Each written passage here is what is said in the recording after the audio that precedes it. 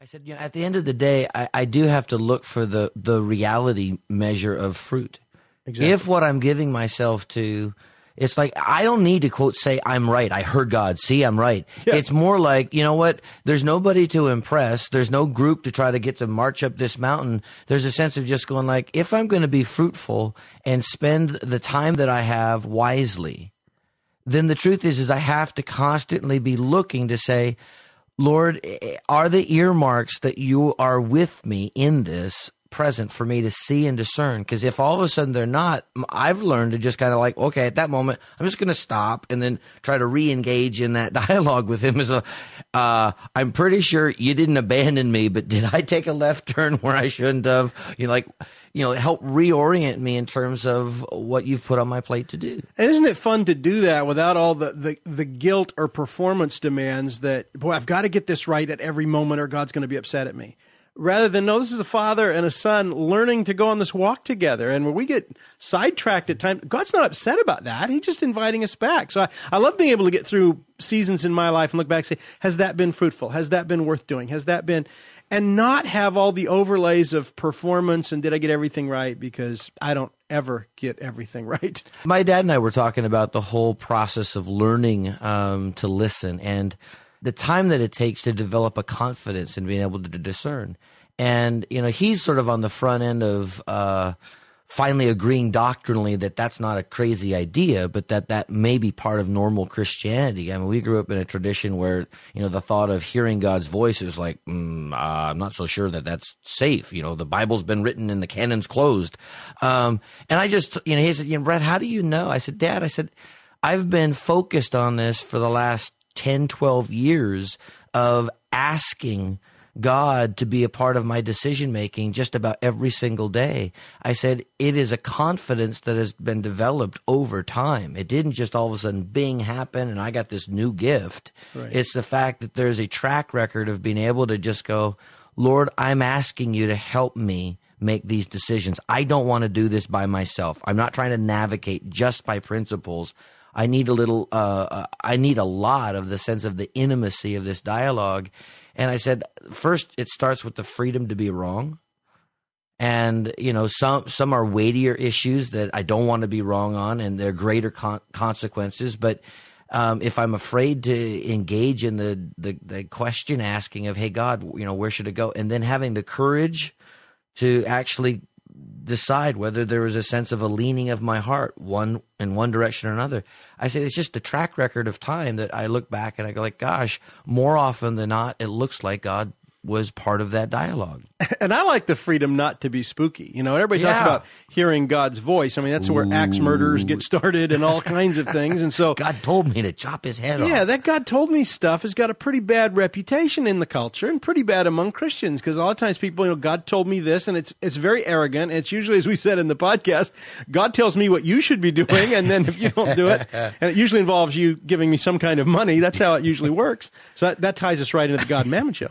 But, I do think that it's gotten a really bad rap. It's real spooky to people. You sit in a room and, you wait for the lights to come on by themselves and then a voice to come out of the closet. And, this conversation we're talking about is just so much simpler than that. It just isn't laced with, it can be at moments very supernatural. And I don't ever want to say that it can't be. But for the most part, in most of our journeys on most of our days, it's the simplicity of just sensing what God's putting in our heart, being free enough to follow to find out if it's Him or not. If it's not, you can back up and make what apologies you need to and fix what you need to fix and go on. But I like the whole idea of demystifying this thing, so it's not a spooky kind of thing. Wayne, one of our listeners too, is a different Wayne than me. I liked what he wrote here. He said, I came to a point where I've been deceived by so many voices in my life that I couldn't trust any of them. Boy, haven't you been there? Yeah. How many of us have not done things, we're certain God called us to do this. I think Wayne has not this Wayne, me Wayne, has a marvelous ability. I'm getting confused.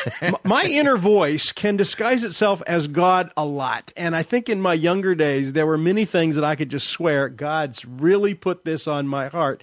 But it had nothing to do with God. It had everything to do about me. And it was just Wayne cloaking himself in God's voice. And I think this is part of the journey, and and that's why the fruitfulness things come in handy. You do some things, you find out that's not helpful to you, it's not helpful to others.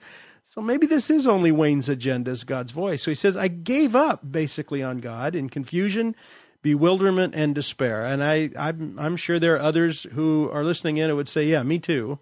Until that is, he spoke to me for what I believe was the first time. Now, I don't know if that's true. I think God's always speaking. But boy, the first time you know it, the first time you hear something outside yourself and you just say, you know what, I know that's God. He said, I knew instantly it was him and no other. And my life has not been the same since. As you mentioned, the process of learning to discern and recognize his voice very much aligns itself with the relationship itself. Where the relationship goes, so goes the capacity to recognize the voice of the shepherd.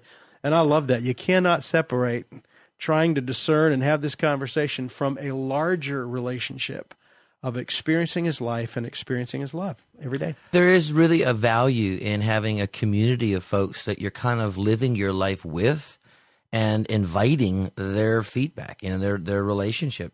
It's interesting. Sometimes when you're sitting in so many services, it is a little bit of a challenge to hear God's voice to you, because I think you become victim of so many other agendas. And it's not that God isn't talking to those people. Right. But one of the things I had to learn in recognizing how does God function with this body is he as the head is sending signals to just about every part of the body, but he's not telling all of us to do the same thing. Yep. Sometimes he brings us to task together, but a lot of times sitting in so many services, I think I became the victim of a lot of other people's words from God. He was talking to them, and then they were then saying, now we all must, and I'm just going like, I'm not so sure. And so, one of the values of sort of just being able to kind of quiet yourself a little bit on the side is, I don't think Jesus is incessantly demanding I do a bunch of stuff. Right. That was one of the hardest things for me in this season of my life is I felt like God said, now, Brad, you know what? I want you to just simply spend more time with me in the place of simple friendship. Yep. And I had been used to so much religious activity. It was hard to just kind of be still. And yet, look at when we get together with our family, or I get together with my adult children now. Your kids are still younger, but we had a good weekend with our kids hanging around a bit and my new granddaughter. And when my kids come over, we're not sitting around saying, okay, this is what we should do. Let's do this, do that. It's not that. Maybe when they were younger, it was pick up your room and brush your teeth. But now it's just the joy of what are you going through? What are you experiencing? What makes you laugh? What makes you cry? And the kinds of conversations and laughter. I mean, laughter is so much a part of the Jacobsen household when we're together. My son and son-in-law and daughter. I tell you, it's scary sometimes. And my wife, too. She gets in there with her little licks. But I tell you, it's great fun. And the relationship with God is all. I love what you said there. It's not always about tasking. It's not about, I got this, you got to go do this. But it's the fruitfulness of a relationship that begins to shape my security in him. And his love and grace functioning in me that sets my heart at rest in his presence and allows him to unravel some things in me that just the friendship itself accomplishes. When this is rooted and grounded in the fact that this is an unfolding friendship, I think anyone who's struggling to try to, can I hear the voice of God? It's almost as if you're struggling over a skill that when you just focus on friendship, it's not a challenging skill. No. If you're focusing on that, I need that skill. It's like, it becomes a little bit elusive. I mean, let me just tell a little Chipper story that's relevant. Again? You don't have to hack up a hairball. I might. But it was funny. The other day, Chipper all of a sudden got out of the house. And that's not a dangerous thing. He's an outside cat. But when it starts to get dark, he can quickly become coyote meat, And so it's like when he gets out, you're just going like, hey, we're the end, by the way. Oh, stop. My children will revolt. But when I tried to reach out, somehow his collar slipped off. And you're just going like, okay, my cat outside with his collar on and a phone number is not a problem because then if he gets picked up, he can be brought back. My cat without a collar looks like a stray, just going like, oh no. It was funny. And it chews easier without the collar. Yeah. Oh, you're terrible. It's a cat, man. I'm not into cats. In the midst of this, I just said, Chipper. And I didn't but it was interesting. All of a sudden he stopped and he laid down much like a good dog would respond. I've never seen a cat do this.